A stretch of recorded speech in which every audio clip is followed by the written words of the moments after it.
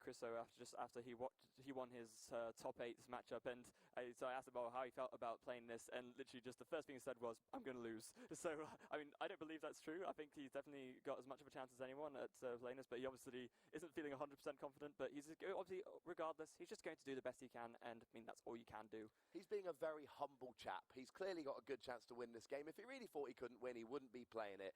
So I, for one, quite like seeing quite good humility from the players here. They're lovely people as well as fantastic players. So we do see an Ultra Ball for a Hooper EX, and that is in no way surprising. All of these big EX decks, you want to start off first turn, the absolute best start you can get.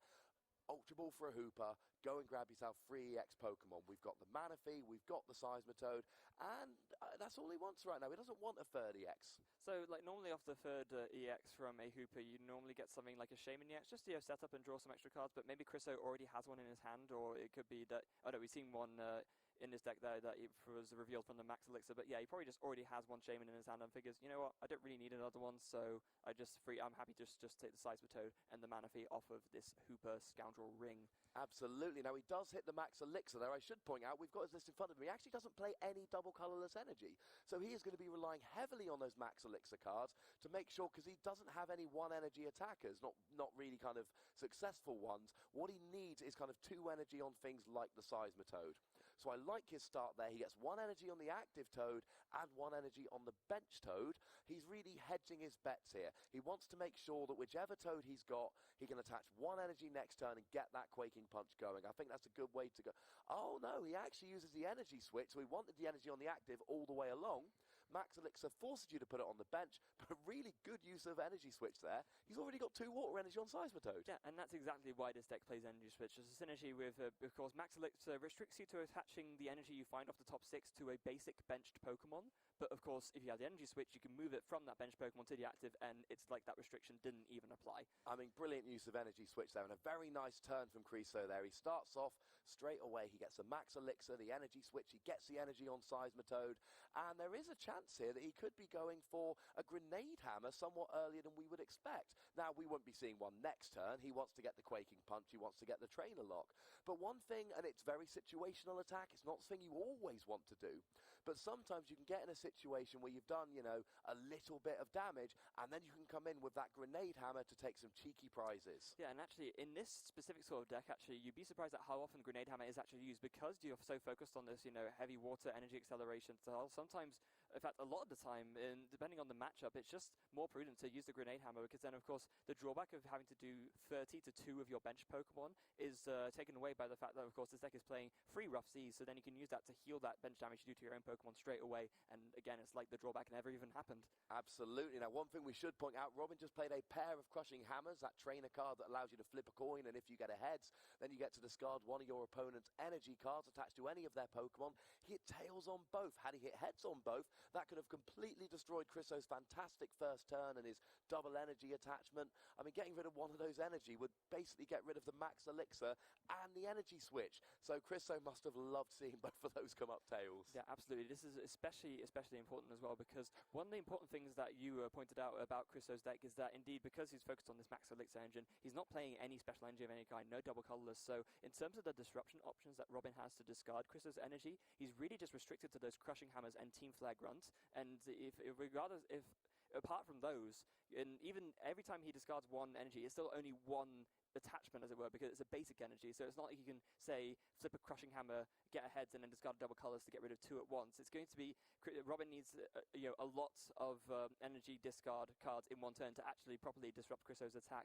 And of course, he won't be afforded the option to do that once Chriso uses Quaking Punch. So there's a lot really going here in Chriso's favor in the early turns. Absolutely, although it should be pointed out that he doesn't have double colorless energy, so if he does lose those energy, it's going to be hard to get back going again. Now, we did see Robin play his hand out. He used that Hooper again, just like Chriso did. He grabbed himself a couple of Pokemon, including a Shaman. He used Shaman to draw 6 cards, and then he plays a Judge. He saw the start that Chriso had. He knows about Chriso's deck. He knows that it's a very good deck that runs very well. So it's all about just trying to slow him down, play that Judge. Obviously, refresh his hand a little bit, but really, Judge is a card that you use to slow down your opponent. Yeah, indeed, and we do see there from the Trainer's Mail that Robin has got the Team Flare Grunt as an option, but he opts to take the Ultra Ball instead. So he just wants to maybe draw a few more cards with Shaman just to see a few more different things to work with. And a really good thing about the judge that turn from Robin as well is that because Chriso's bench is now full, if he'd drawn an Ultra Ball and not a... You see, he did draw the Versus Seeker, but if he had only drawn an Ultra Ball, then he wouldn't be able to Ultra Ball for a Shaman to refill his hand that way. So that was a very strong judge from Robin. Unfortunately, perhaps not paying off this time, though. No, it didn't pay off this time, but you know what? It's a good thing to try. It was an absolutely valid tactic. It's the kind of thing we all want to do, slow down our opponent using Judge. It just unfortunately did not work this time. Yeah, he plays a second Trainer's Mail there, and he has got a Professor Sycamore, which might be quite useful. What he really wants here, what he would have wanted potentially, is a double colourless energy to put on that Seismitoad, get that Quaking Punch going. It looks like he wants to use that Giratina. And, of course, it blocks stadiums. You've said yourself, Nick, that Rough Seas card could be huge in this matchup.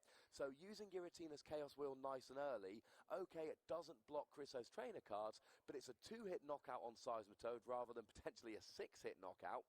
And it stops that use of Rough Seas. And Rough Seas could be Chriso's way to swing this matchup. If Robin does 30 damage with Quaking Punch and Chriso heals 30 damage with Rough Seas, Robin is essentially sitting there doing nothing, and you don't win games by doing nothing. Absolutely not, but of course it is prudent to note that Robin's draw off that Shaman was not ideal. He draws the Escape Rope, and he has a Super Scoop Up, but he doesn't have any sort of energy, a Double Dragon or a Double Colorless, so he's probably going to have to use the Super Scoop Up to try and pick up one of his Shamans, to try and draw again, and then maybe play a few more cards out of his hand to do so, and he does get the heads on that Super Scoop Up, so after maybe...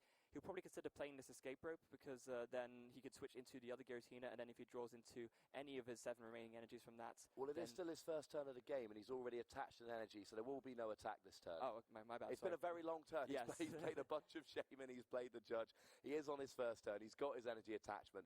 Next turn, double Colourless or a Double Dragon plus Escape Rope. That I'm liking. But you know what? That Escape Rope did quite a bit anyway. That Escape Rope got the Seismitoad with 2 energy out of the active. What that means is that Chriso, if he wants to get the Quaking Punch next turn, he's going to need 2 energy on that active, and he's going to need a way to get the active to the bench and the bench into the active. We know he doesn't play double colourless energy, and Max Elixir can only attach to the bench. So he's going to need something like an energy switch and a basic energy, or a way to retreat that Seismitoad. And Robin there just making it very difficult. No, of course, the Manaphy's ability means that if you attach a water energy to any of your Pokemon, they have free retreat. So all he needed was the 1 water energy to attach to the Seismitoad, and then he could retreat into the bench one, and now he has the Quaking Punch there available. Absolutely. It does stop him using something like a Grenade Hammer this turn, which he probably doesn't want to. But I suppose what it's done, it's made Chriso put his energy places he doesn't want to. Chriso may have wanted to start building up another Seismitoad. That's not a bad plan at all. He may not have wanted to. Robin gave him no choice, but you're right. That use of Manaphy's ability there, giving free retreat to any Pokemon for water energy attached, really helped him out there after the use of Escape Rope. And of course, as we've mentioned so many times as well, this Manaphy is really what makes this deck tick the way it does, because just being afforded a lot more versatility in what you can attack with, and instead of needing 2 cards to be able to to pull off an attack, just needing this 1 water energy to retreat the active Seismitoad. Very, very good turn from Chriso. Very nice indeed. And he's hit another Max Elixir. He's on turn 2. He's got 4 energy on the field. Both his Seismitoads have a Fighting Fury bout attached to give them 220 HP. Oh, and he gets the energy switch in. Now, we can only at the moment Grenade Hammer for 140. But, of course, we know that there are cards like... well, there's going to be no Crushing Hammer due to the trainer lock that comes with Quaking Punch. But, for instance, something like a Team Flare Grunt, which could discard an energy attached to that Seismitoad. Well, now he's got an energy to spare. Robin can discard an energy attached to Chriso Seismitoad, and it won't stop the Quaking Punch next turn. Yeah, absolutely. So the energy switch being a very, very good play from Chriso, just being very sort of preemptive, and we see that Robin forced to Sycamore away a lot of resources, and then he finally seeing those double colours energies. Perhaps would have wanted to see those a little bit earlier. But, of course, you know, he can just attach a double colourless energy, use Quaking Punch, do some damage, turn off Chriso's trainers for a turn. That is a viable option. But, of course, we know Robin wants to use the Giratina. He seems to have made that fairly clear. He needs to get the Seismitoad out the active. No basic energy, no Manaphy, and he's trainer locked. So Escape Rope, Floatstone, all those cards are off the table. So we see him actually attaching an energy to the other Giratina, just making sure he's not putting all his eggs in one basket. This is not the start Robin wanted. No, definitely not. We see that another Quaking Punch from Chriso. So Chriso realizing that because he has the early Quaking Punch and he can just keep up this pressure, of course we do see the team flag run there, it makes a lot of sense to take this route because Robin is going to be a lot less likely to be able to keep up with Chriso tempo-wise if he is not afforded the options to discard Chriso's energy. And I think Chriso absolutely making the right plays here and just really focusing on that Quaking Punch strategy. Absolutely. Now, there was an opportunity there. There was already 80 damage done. He could have used Grenade Hammer to get the KO on that Seismitoad. He chooses to just go ahead and just keep the Quaking Punch lock on, and that's not a bad plan. Chriso plays a whole bunch of energy, 12 basic water energy. He wants to get them on the field. That's what he's doing very nicely at the moment, and for him, at the moment, it's more important to set up to get energy on those Pokemon rather than trying to take quick knockouts and opening the door for your opponent. The other thing, of course, is he doesn't currently have a Rough Seas in play. So he probably doesn't want that Giratina to come into the active until there's already a Rough Seas in play, and KOing that Seismitoad would instantly bring that Giratina into play, which would allow him to turn off those stadiums with Chaos Wheel, and if he's going to turn off stadiums, Chriso at least wants to have a Rough Seas in play before that happens. Well, you see, it's a bit of a tricky balance because, yeah, this is the ideal turn to play it, so, of course, I think also if Chriso wanted to Grenade Hammer, he could have done it after the first Quaking Punch, because, of course, that would have been 40 damage, and then 140 with Grenade Hammer would add up to 180 for a knockout. But at the same time, yeah, it's a bit of a balancing act because if he does play this Rough Seas as he has done now, then he'll do 40 with Quaking Punch, and then Robin can just heal off 30. So he's doing theoretically only really doing 10 damage a turn. Absolutely. So there's basically two options for Chriso here. There is the incredibly slow knockout, or he can use something like Grenade Hammer. And sooner or later, you've got to think that's what he's going to be trying to do. Oh, now we do have a Team Aqua's secret base there that comes down. Oh, straight away replaced with the Rough Seas. And actually a bit of a misplay there from Robin. He forgot to use the Rough Seas before replacing the stadium. So now Chriso will be able to just use Quaking Punch for a knockout where he wouldn't have been able to otherwise. That was, and it's very easily done. You're playing here, and Robin sees that Team Aqua's secret base, and he's thinking, right, I've got this. Here's what I'm going to do. I am going to put this down. I'm going to get rid of his Rough Seas. And it's very easy to miss your opponent's stadium when you're very set on what you're going to do. So it's very easily done. We have all been there. But it does open up the KO for Chriso to take a 2-prize lead. Yeah, it does. Although maybe perhaps Robin was thinking that he actually wants the Seismitoad to get knocked out. Maybe he was thinking that's the easiest way for him to get the Giratina in the active. So that's maybe what he might have been thinking about instead. Absolutely. Now, even the Rough Seas is not going to save the Seismitoad here. He's down to 120 HP. He is within Chaos Wheel range, and in comes Manaphy EX. Gives free retreat to that Seismitoad, so he can retreat back to the bench, and then every turn, heal 30. Heal 30 with Rough Seas.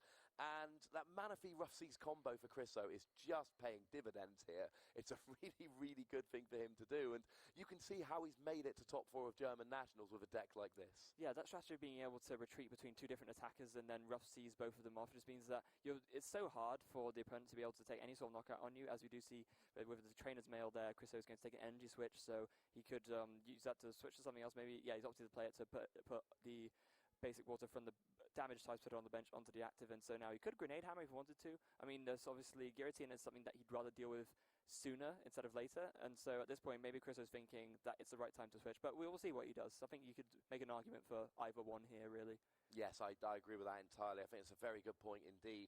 It's a trade-off with this Seismitoad EX. If you use Grenade Hammer rather than Quaking Punch, you get that monstrous 130 damage, which is incredibly useful, but you open up trainers for your opponent. So it's a big decision to make here. Do I want to do the big damage, but allow my opponent to have access to trainers, or do I want to chip away and play the long game, but allow my opponent, really slow down my opponent by stopping that access to their trainer cards? Yeah, absolutely. As we do see Chriso here debating a Lysander potentially. So, of course, if he were to play that, he could just use that to bring up one of the bench Shaman EXs and just do a Grenade Hammer for a knockout. And maybe Chriso is just thinking he wants to just race for prizes. As you see, yeah, I think that's definitely the strategy he's going for, because he's used the Versus Seeker to get the Lysander straight back. So this is definitely what Chriso has in mind. This could be a really quick game, because now Chriso's down to his final 2 prizes.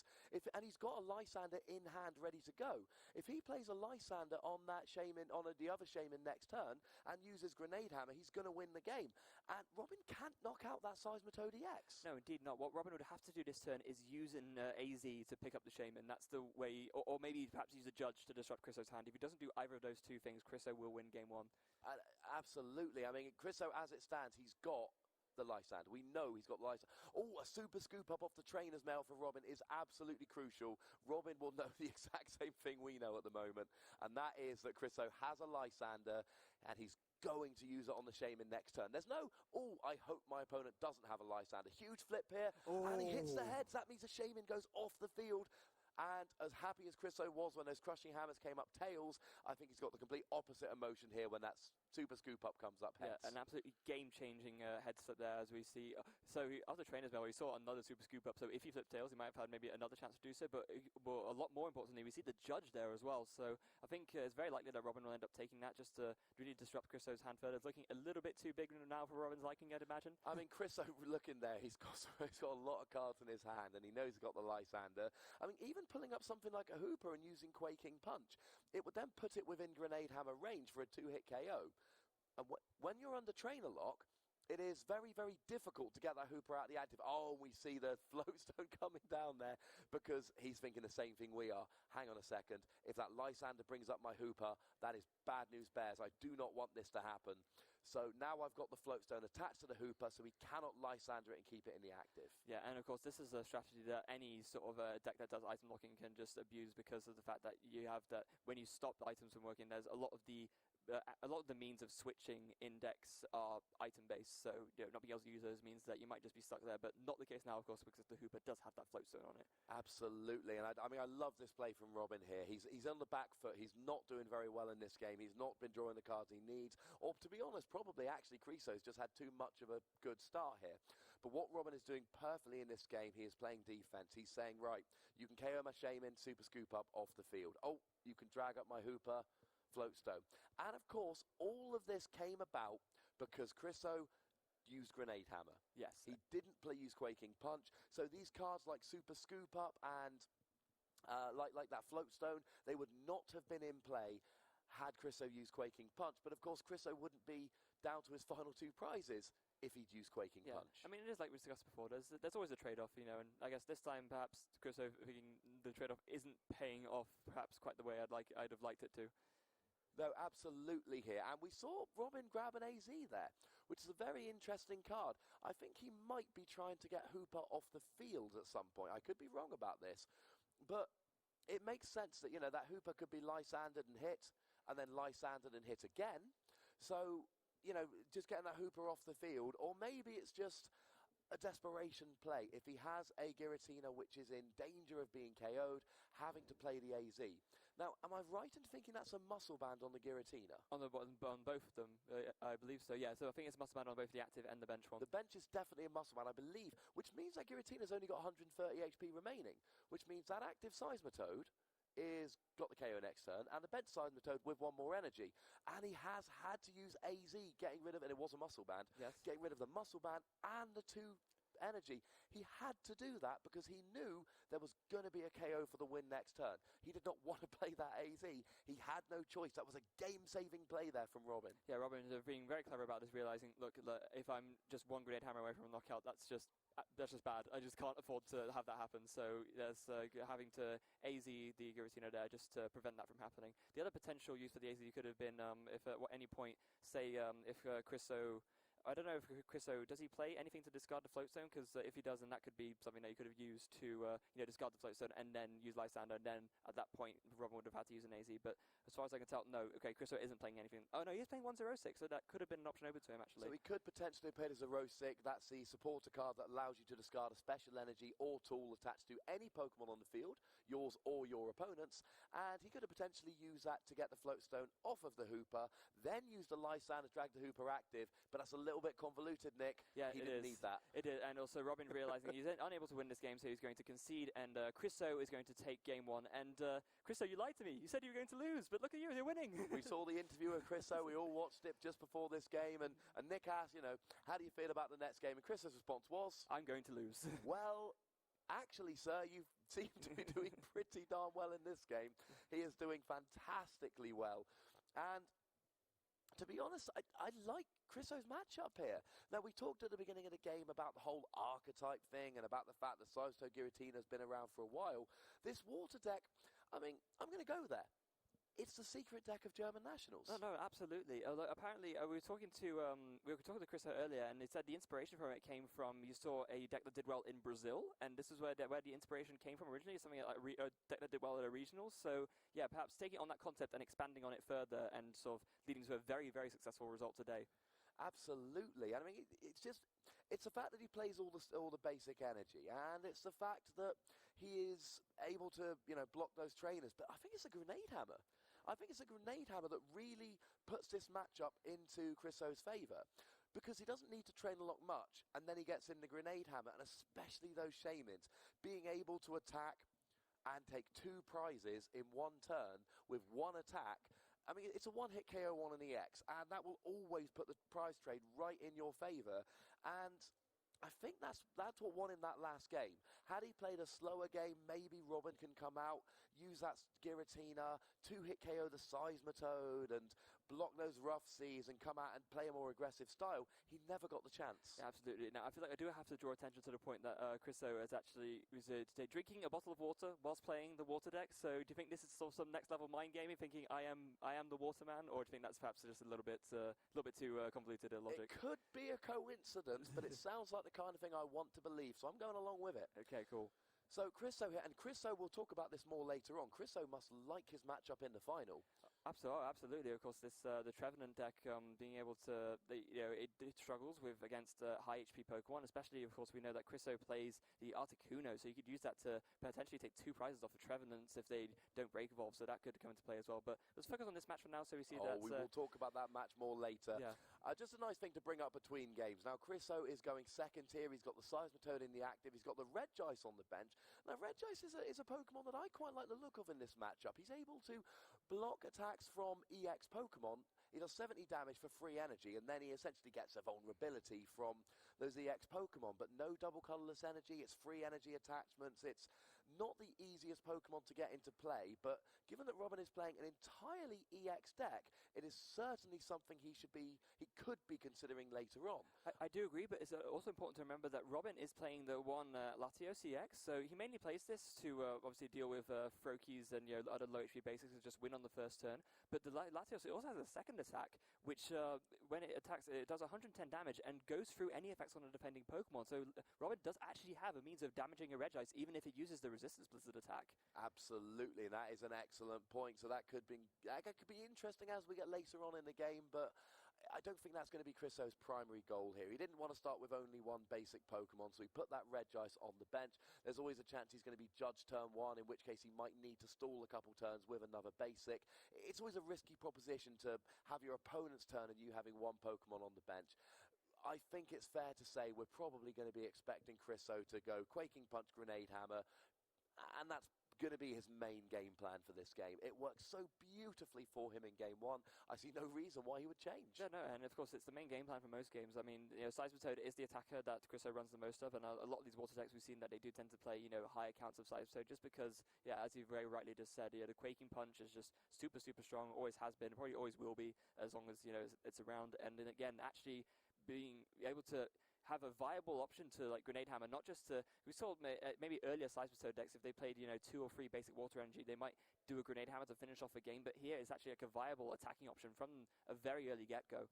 Absolutely. Now, we do need to mention that Robin played a Hex Maniac on his turn, so there will be no abilities this turn from Chriso, and we know he likes that Hooper EX, and we know that he likes that Shaymin EX.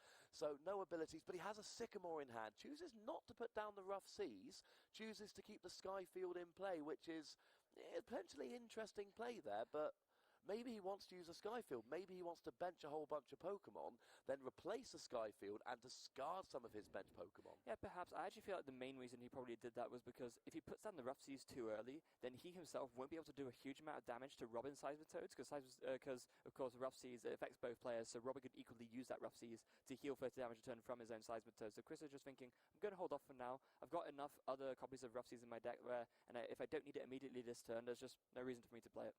I know, and that makes perfect sense. He is playing the full complement of 4 Rough Seas. Now, we have seen 2 Max Elixirs, both have hit an energy, but as you yourself, Nick, know from a Darkrai deck you played earlier in the season, when you're playing 12 basic energy and you use that Max Elixir, the mathematics say that you are going to hit it more often, you're going to not hit it. Yeah, this is something that we've talked about pretty much every single time that this deck has been on stream. It's with 12 basic energy. I think David said that the odds of hitting one, sort of as the deck progresses through, and in terms of number of cards and cards drawn, it tends to stick around about the sort of the 80 to 90% margin. So it's always very, very likely to hit one. And yeah, the Darkrai Breakpoint plus Darkrai Dark Explorers deck from the expanded format is definitely my favorite, one of my favorites, and it's equally strong for the exact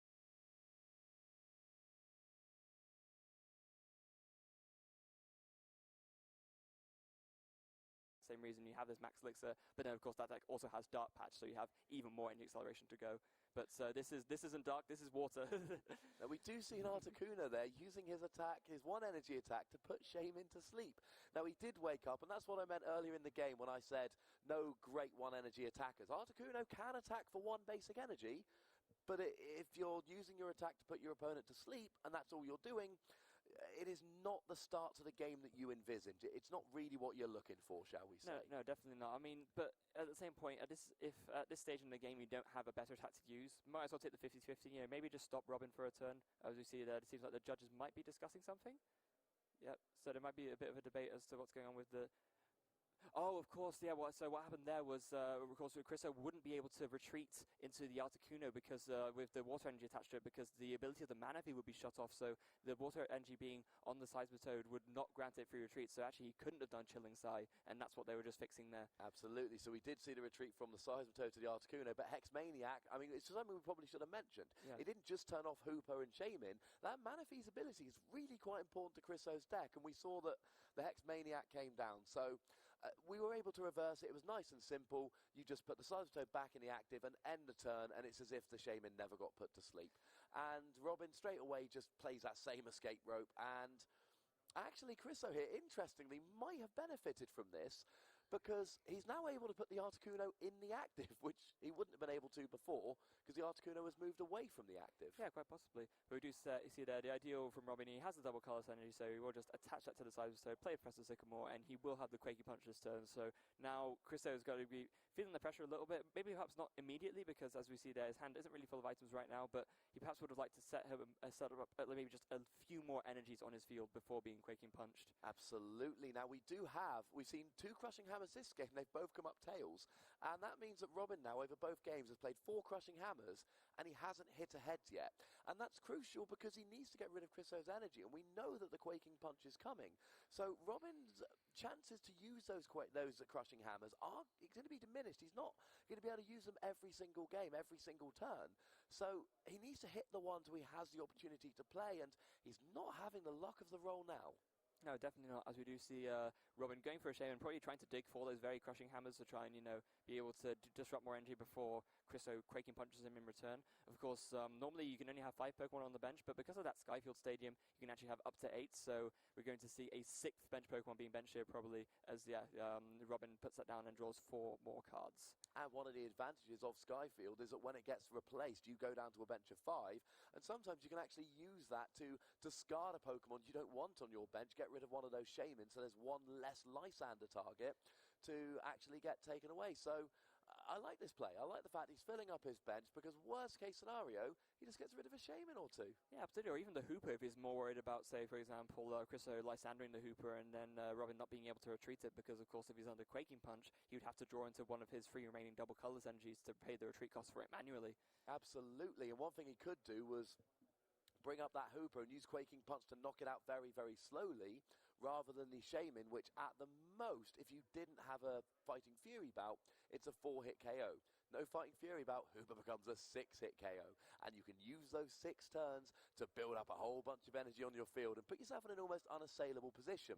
and because of that, there's a Floatstone on the Hooper. Why would there not be a Floatstone on the Hooper? Absolutely, indeed, as we do see the Quaking Punch there from Robin, so no Muscle Band, only a Floatstone on the active, so it's just going to do 30, and now play passes back to Chris as he needs to figure out what exactly he wants to do here. So he has a Shaman, what looks to be a Professor Sycamore, and 2 other cards, which and an Energy Switch, and a Rough Seas. So the Energy Switch was his draw for turn, and yeah, a bit unfortunate that he draws that now, but we do see him going for the Shaman bench, and 3 more items, and is it 4 more items? No, he does draw basic water energy, so that was really good.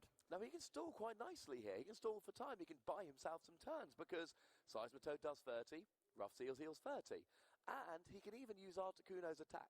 Now that it is in there, he can use that Chilling Sigh to put him to sleep, and maybe he gets to buy himself a turn of trainers. Although it doesn't look like he wants to use that Chilling Sigh at the moment. Now, he has got his own Quaking Punch there, so he could use Quaking Punch of his own. But, of course, while Rough Seas is in play, Robin does 30, Chriso heals 30. Chriso does 30, Robin heals 30. And he has used the Articuno. Put him to sleep. If Seismitoad stays asleep there, and he doesn't, but if he did stay asleep, that's no retreating. And it means he could miss a turn of Quaking Punch and turn Chriso's trainers back on. Yeah, absolutely. And this Articuno is very, very clutch against Seismitoad because of that exact reasoning you just described. And you had a 50-50 of maybe Robin not being able to wake up and not having a switching out, and then Chriso being able to play all his items again could be the difference between winning and losing. That's honestly how important it is. It absolutely could. And I mean, Chriso could have brought up that Seismitoad. He could have used that Quaking Punch. He could have turned off Robin's trainers. But then we end up in this weird stalemate where no one can use their trainers. No one's doing any damage. And then it just becomes almost a race to see who can put energy on their good Pokemon first, who can build up those good attackers, whether it's Robin's Giratinas or Chriso's Regice / Articuno / Grenade Hammer. Yeah, definitely. So something Chriso has to be considering at this point is, right, there's I've replaced the Skyfield right now. There's no, Robin does play more than one. He does play 2 Skyfield, I believe. But once Chriso wins the Stadium War, if Robin has this, as you can see, pretty much a full bench going, Chriso can maybe then power up that Regice, and Robin won't be able to set up a Latios to deal with that Regice. So that's something that Robin maybe has to keep in mind, and Chriso will probably be thinking about in the back of his mind as well. And let's not forget that Latios needs essentially 2 double... In reality, it's 2 double Dragon Energy in order to be able to pull off that attack. So Chriso could try and time this for when there's a few double Dragon Energy gone, or he could try and take advantage of that 1 copy of Xerosic to discard those double Dragon Energy and kind of put that Regice active, but then make a conscious decision to say, right, I am not letting this Latios come up. Latios is the only thing in his deck that can even try and take down a Regice, and we see a second attachment on the Regice, so this might be what Chriso's thinking here. Yeah, and Chriso, just the fact that he's just drawing into Basic Energy right now, and this is so important, and he's also being very conservative. We see he's opting not to play the Professor Sycamore. Oh, but we just did a Lysander on the Regice. Okay, so Robin obviously realizing the threat of the Regice, thinking to himself, I need to deal with this, and I need to deal with this sooner rather than later. And there is going to be a KO here. That Giratina's Chaos Wheel does 100 damage. There is a Muscle Band on there, which means he's doing 120 damage. That will be enough to KO the Regice. And he gets the Lysander straight back out the discard. So with that Versus Seeker to use next turn. And that's not only does that take away the threat of the Regice, but it also gets rid of 2 precious energy attachments. But it turns trainers, those item cards, back on. Yeah, and of course that means with that Super Rod in Chriso's hand, he'll be able to shuffle the Regice and those 2 water energies lost back in. So not really losing anything apart from 1 prize card, I guess. And this turn of items could be something that Chriso could make the most of to turn the tides back into his favor. Chaos Wheel's not that worrying for Chriso at the moment. Yes, he'd probably like to put a Fighting Fury about on the Seismitoads. That's a big thing it does. He doesn't play Special Energy, and the only stadium he plays is Rough Seas. He wants Rough Seas out. Rough Seas is already out.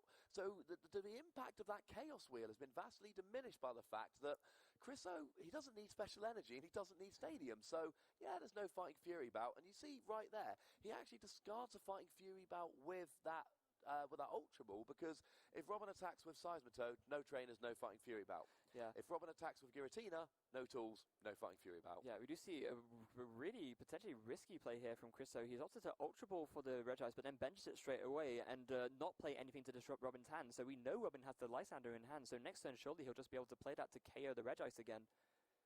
Absolutely, and I can't imagine Robin would do anything else next turn other than that. He's got the energy he needs, he's doing enough damage, he's got the Lysander in hand, and he is just going to be able to bring up that Regice. Now, he has got an energy in hand, so if he's got a second, and he's got an energy switch, can he build it up this one turn? Yes, he can. That is something he could do. Has he manually attached this turn? I don't believe he has. But he's opted to go for the Seismitoad instead. Okay, so maybe he's thinking to himself that if the Regice is going to be... I think maybe what Chriso's trying to do is trying to create another threat. So beforehand, Robin would have thought, right, it's very obvious where my next prize comes from next turn. I'm going to go for that Regice. But now, Robin has to think, if I deal with the Regice now, Chriso has the opportunity to build up this Seismitoad, and that's going to come back in, and then it's going to hurt me for a lot. Well, I mean, he's now in Grenade Hammer range. Oh, he goes straight for the Grenade Hammer. That is an interesting play, and to be honest, one I quite like, because Robin here, he's not going to be playing many trainers. We know he might be, but we know he's playing the Lysander here, so he uses the Lysander, or he has to go after the Seismitoad. Either way, one Quaking Punch gets the KO on that Giratina. Oh, but a super scoop up. This is a very big flip for Robin here. Heads would mean that all that Grenade Hammer work is undone, and it is a Tails. But if he picks up the Giratina, there's no KO on that Regice. Yeah, so again, this is the awkward trade-off, I guess. This is, Chriso actually doing a very, very smart play that turn. I love this play from Chriso here. I adore this play from Chriso. Because what he's saying is, okay, you got two choices. If you really want to KO my Regice, fine. Oh, by the way, did I mention I'm going to KO you and item lock next turn? Or you can go after my Seismitoad. Yeah. And my Regice will be saying hello very shortly. Yeah, absolutely. Although, of course, we do see there that the Seismitoad doesn't have a Fighting Fury belt on it, so he wouldn't be able to take the knockout with a Quaking Punch, unfortunately. And also, he won't be able to attach a Fighting Fury belt either because, of course, the Chaos Wheel is going to prevent Chriso from doing so. But if he really wants to knock out this turn, he can, of course, just Grenade Hammer again. And I guess this is likely what we're going to see next turn. No, absolutely. I mean, it's a very good point indeed. And I love this. I love what Chriso's doing here. He's got the tri-attack going on, and he hits ahead. He KOs the Giratina, and that Delta plus Ancient Trait means he takes an extra prize. That is a free prize KO on the Giratina. That was utterly wonderful. And we look at Robin's side of the board. He can Quaking Punch for 30, and then Rough Seas comes in. There is no bigger attack coming. I love that play from Chriso there. That was fantastic. Chriso is just doing all the right moves right now. I bet the crowd is absolutely loving this. This is just fantastic stuff. I'm not going to lie. I personally am loving this, Nick. Yeah. I absolutely love this. Everybody's getting so worried about the Regice. Chriso just came in. He snuck in that Articuno. And I love seeing plays like that on stream. Yeah. Seeing players that have this level of experience with the deck saying, oh, did I mention this little trick? Yeah, and it's exactly what we were talking about earlier in terms of creating multiple threats to force you into an awkward decision. Like, oh, what do I deal with this turn? And Robin really having to get the gears working in his mind to sort of decide what works best, and possibly falling right into Chriso's trap. Absolutely, and this is the strength of Chriso's deck. I think we talked about this earlier. He's got options. He's got Articuno. He's got Regice. And what I love here is that Chriso is looking to win this game very differently. He won game 1 with this Grenade Hammer and Quaking Punch. Game 2, we've seen a little bit of everything. Yeah, definitely. And although this would be extremely risky, something that Chriso could do next turn is use a Lysander maybe, bring up a Shaman and hope to hit enough heads to take another knockout and win with free prizes that way. I mean, I'm not sure if I'd go for it personally, but it's there. He can do it if he wants to. With a Muscle Band or a Fighting Fury belt, he would need to hit 2 out of 3 heads, and he would win the game and the match instantly. Potentially a little bit worrying, but what he could do is play a Lysander on the Shaman, get a Quaking Punch or 2 going, and then go in with the Articuno to finish off the Shaman. That is an option. And Robin, of course, could use Sky Return to get out of that, but, well, then Robin's just wasting turns playing around Chriso. Yeah, absolutely. As we do see, okay, so Robin's going to play a Lysander there, and he's going to bring up the Mana Phage as being one of the few things on the field with no energy on it, so it won't be able to retreat using its own ability, and, of course, going for the Quaking Punch, but Chriso does have the water energy, so he will be able to retreat that straight away. I mean, Chriso plays 12 basic water energy, so I don't think anyone is surprised at this stage when it magically turns out Chriso has the energy again. Absolutely, indeed. 1 in 5 cards in his deck is an energy, so if he's got a hand of 5 cards, he's probably got an energy in there. Yeah, on probability, that is exactly how it works. So he can retreat the Manaphy here and Quaking Punch. And I like this play from Chriso. That Articuno he's a finisher. He comes in with that tri-attack, with that Delta plus Ancient Trait, trying to take 3 prizes in one go. What you don't want to do is be going, come on, if I hit 3 heads, I win this game. That is not the way that Articuno really shines.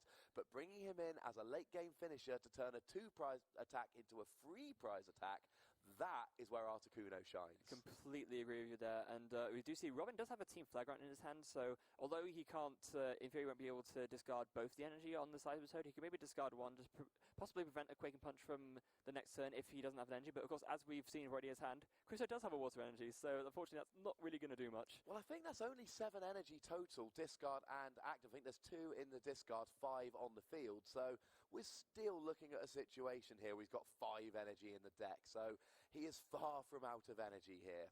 So Robin here is now trying to play a bit of a long game. I don't want you to take down my Seismitoad. I'm going to go with Giratina. But he does again forget to use that Rough Seas to heal off the 30 damage on the Seismitoad. Yeah, perhaps, obviously if it's just not used to using your opponent's stadiums, as I mentioned before, sometimes these things, they can just be very easy to miss. But going back to Chriso's turn, we see he does remember to use the Rough Seas. Of course, you'd expect him to. It's his Rough Seas in play. That's why he plays the card. Yeah, exactly. But, of course, because there was a Chaos Wheel last turn and not a Quaking Punch, as long as the items that Chriso wants to play are not tools, he will be able to play them. So he's going to be afforded a few more options to work with this turn, maybe that Ultra Ball. And we see he actually has the Lysander in hand, so he's maybe thinking about going for broke, or he could maybe just be thinking about, attaching a Water Energy to the active Seismitoad, Lysandering a Shaman, and just using Quaking Punch on it. And yeah, that does seem like that is what he's going to do. I like this. He's only doing 30 damage. Oh, he's going for the Manaphy here instead. I like this attack. Yeah, absolutely. So Mineral Pump, I'll try and remind myself what this does. So it does 60 damage, and then you heal 30 from one of your bench Pokemon, I believe? You heal 30 from all of your bench Pokemon with this attack. Wow, so there you you can go. actually heal another 30 damage from that Seismitoad. Good work on the 60. 60 damage for 2 energy, heals 30 from each of your bench Pokemon, and that's just fun. And it's a very, very good attack here, which, if you're playing against a deck, like that Trevenant deck does 30 to everything, then it heals your entire bench. It really negates a Trevenant attack. Here, we haven't got the same thing going on. But what we do have is a Seismitoad with 80 damage on, so healing off more damage with Manaphy, I like it. Let's not forget, Shaman has 120 HP. So we can now use Manaphy to bring him down to 60, and that's 1 coin flip on Articuno. Actually, bring him back down to 50. Remember, Shaman actually has 110 HP. Oh, of course it does. Yeah. I might bring it down by 60 to 50, at which stage Articuno with a single coin flip out of the 3, and he's got the win. And that is his 3 remaining prize. That's a 7 in 8 chance of doing it. Yeah, and the odds are in his favour. Absolutely, yeah. So Robin really needs to think about trying to dig for another super scoop up, or if he has an AZ in his discard pile, he has the Versus Seeker in his hand. So maybe thinking about going that for straight away and just playing it safe, thinking, I really do not want to lose this match on a tri-attack heads. I mean, there is something, we like seeing unusual things on stream, unusual decks. The idea of seeing Chriso take all 6 prizes with 2 tri-attacks from an Articuno, that is not the kind of thing we see on stream every day, and it would be something a little bit different for the viewers and ourselves to enjoy today. It absolutely would, although I bet you any money what's going to happen is that Chriso's just going to flip 3 tails, and it's just going to go on like that. It's like, why? Well, that is the downside of this Shaman, of this tri-attack. It is a flippy attack. You've got a 7 in 8 chance of making it, but you've got a 1 in 8 chance of not making it, and that is not insignificant. No, it's not. Oh, but Robin, really huge draw there for him. He does draw that double colours energy, so he'll be able to use he's opting to retreat. He's not opting to use Sky Return. I would have thought he would use Sky Return to put it back in his hand and make himself less vulnerable to that tri-attack, but apparently not. Well, we are seeing a Chaos Wheel here. Doesn't quite get enough damage going on. That's the Fighting Fury Belt. It's not a Muscle Band, so it only does 110, not 120. And Chriso here, he needs a Lysander and 1 out of 3 heads, and he will be going on to face Varty in the German National Championships trading card game final. And that is his goal here. He just needs a Lysander, and then he's got a 7 out of 8 chance of going on and playing in that final match. Yeah, we did see that Chriso tried to take a Hooper from that Trainer's Mail. I'm sorry, Chriso, you can't do that. Trainer's Mail does specify you must take a trainer card from the top 4 cards of your deck, but he does hit the Professor Sycamore, so he won't be able to take the win this turn, but the Professor Sycamore bailing him out and being able to, let him get his hand back up to 7 cards again and make himself more likely to set up the win for next turn. So he does have an energy he can pop on the Seismitoad, and if he's not able to get the win this turn, which he's not, this is the safe play. Quaking Punch, obviously heal his Pokemon with Rough Seas. Quaking Punch, 30 damage, then he can just go ahead and just get ready for next turn. Although I think he's going to Grenade Hammer here. The energy switch puts the third energy on Seismitoad. Grenade Hammer will then put Giratina into the danger zone of being KO'd by that Articuno for free prizes. Yeah, and we see that hitting a Max Elixir and a very rare occasion of actually not hitting an energy off of one. So this is not something we've seen very often over the course of these water decks being played. But yeah, Chriso at this point, he just has so many options in his deck to be able to hit exactly what he needs. And again now, Robin needs to have another judge because he knows that Lysander is in Chriso's hand. And, you know, there is an argument there to keep the Trainer's Mail for next turn so that you can try and use it to get the judge next turn. But there's another argument here of just going, look, I know you don't have that many judges left, and we've seen that Chriso has looked through Robin's discard pile here, so maybe he knows there's no more chance to judge.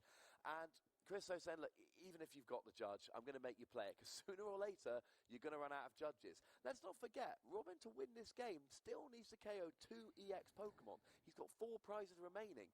Chriso just needs to have 1 attack with that Articuno, and he's probably going to get the win. And it is the Grenade Hammer like we thought it was going to be. Another important thing to remember is, of course, Robin, if Chriso opted not to play the Trainer's Mails, then if Robin does have a judge and it can follow that up with a Quaking Punch, those Trainer's Mail will be dead draws in his hand. So I think it's very important that Chriso just plays those now, so that if he does get judged and Quaking Punch, then he won't draw into those and they won't be able to do anything afterwards. Now, I'm assuming Robin, he's got a Versus Seeker in hand. He's got to play a Lysander to try and take down that Articuno. I don't know if he's going to be able to do it. I don't know if Giratina's going to do enough damage to actually get the KO. No, on it won't. The Articuno. The Articuno has 120 HP, and with this Fighting Fury belt, Giratina will only be doing 110 damage. So indeed, no, he will not be able to take the KO. So that Fighting Fury belt rather than Muscle Band. Oh, and he just scoops the game. He concedes the game. Robin has decided he can't win this game.